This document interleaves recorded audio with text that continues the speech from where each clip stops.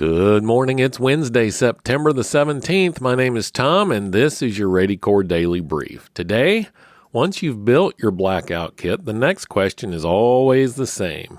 How much is enough? We'll get to that in just a minute, but first let's get you up to speed with all the latest news from your RISAT team and the Daily SITREP.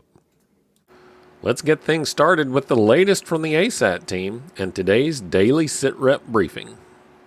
This is your AmCon Daily SITREP for December the 17th, 2025. Up first today, the Wiz app, a social media platform used by approximately 16 million users, continues to raise serious concerns regarding child safety. Reports indicate that the app, which is designed for social connection, has been exploited by underage teens and adult predators alike, turning it into a risky environment similar to dating apps like Tinder. Despite the introduction of new safety measures such as age verification, these have proven insufficient against adults posing as minors. Parents are advised to check their children's devices for the app and ensure it is removed, alongside setting parental controls to prevent future access. In other news, the FDA has announced a nationwide recall of the So Delicious dairy-free salted caramel cluster frozen dessert due to potential contamination with small stones. This recall impacts multiple retail locations across the country, including at least 17 stores in the San Antonio area, such as Walmart, Whole Foods, and Target. Consumers are urged not to consume the product and to seek refunds through the company's consumer care channels. The manufacturer has addressed the issue and is working to remove affected products from shelves. Turning to travel and national security, proposed changes to the U.S.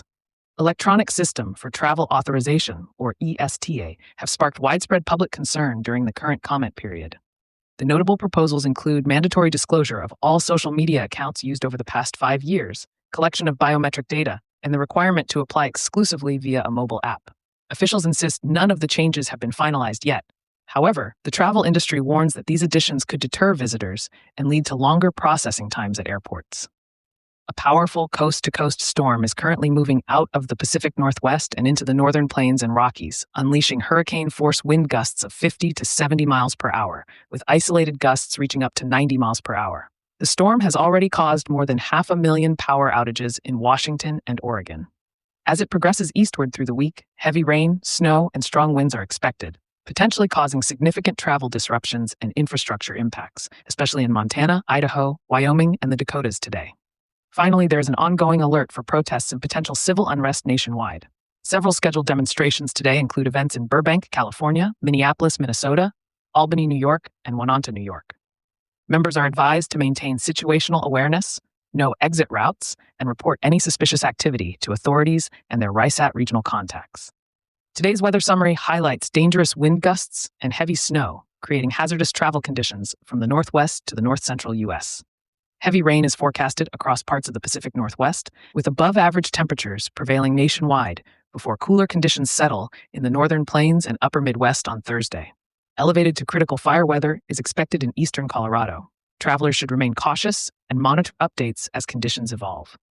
Looking ahead, there are no significant American contingency events scheduled within the next 7 days. Members can access the American Contingency Members Only site to get the full report and more in-depth analysis of today's stories, along with practical preparedness tips, training opportunities, and resources to help you, your family, and your neighborhood stay crisis ready. Okay, so remember the Johnsons we talked about. When they finished their blackout kit, Ethan looked at the stack of flashlights and says, "Man, is that all we need?" The question is the one that keeps a lot of people stuck. We want a number, a line, a finish point. The reality is preparedness doesn't work that way. Enough changes with your family, your situation, your goals, even the time of year. So how do you figure out what's enough? Well, start by thinking in target days of autonomy. How many days do you want your household to function without outside help? For most families, 3 days covers short disruptions. 21 days builds resilience, and 90 days moves you towards sustainability. The right number for you depends on your comfort and your capacity, and frankly, how long you've been at it. Next, look at your categories of need. Food, water, power, communications, health. Ask, could we meet this need for our target number of days? That question exposes the gap without panic. If you can't yet, that's fine. You just found one of your next projects. Finally, remember that preparedness scales with community. Your personal supplies matter, but your relationships multiply capability. A neighbor with a generator and you with stored fuel are both stronger than alone. Stronger together than alone.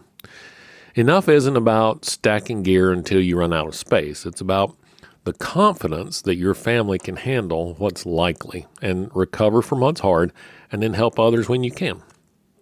So tonight, I want you to choose your family's target days of autonomy. Now, that's a big phrase, but it's just how many days can you get by? Write it down. Share it with everyone in the house and use it as your benchmark for the next phase of planning. When you've reached that goal, now move on to the next phase. All right, tomorrow we're going to talk about how to keep that momentum alive, how to stay motivated and keep your family engaged once the excitement of new projects fades away. As always, thanks for listening to the Ready Core Daily Brief. If you're already a member, thank you. Be sure to check out the members-only platform and get all of your resources that are available as a member. And if you're not a member yet, it's really easy. All you have to do is visit AmericanContingency.com and join the network to start building your resilience today. I'm Tom Rigsby. Stay alert, stay ready, and I'll talk to you again tomorrow. Thanks for listening to the AmCon Daily Brief. Members, your full resources are waiting on the members-only website and in your phone app. If you haven't joined yet, you can. Just visit AmericanContingency.com and get started today. And remember, preparedness grows when we share it. So send this podcast to someone you care about. I'm Tom Rigsby. Stay alert, stay ready, and I'll talk to you again tomorrow.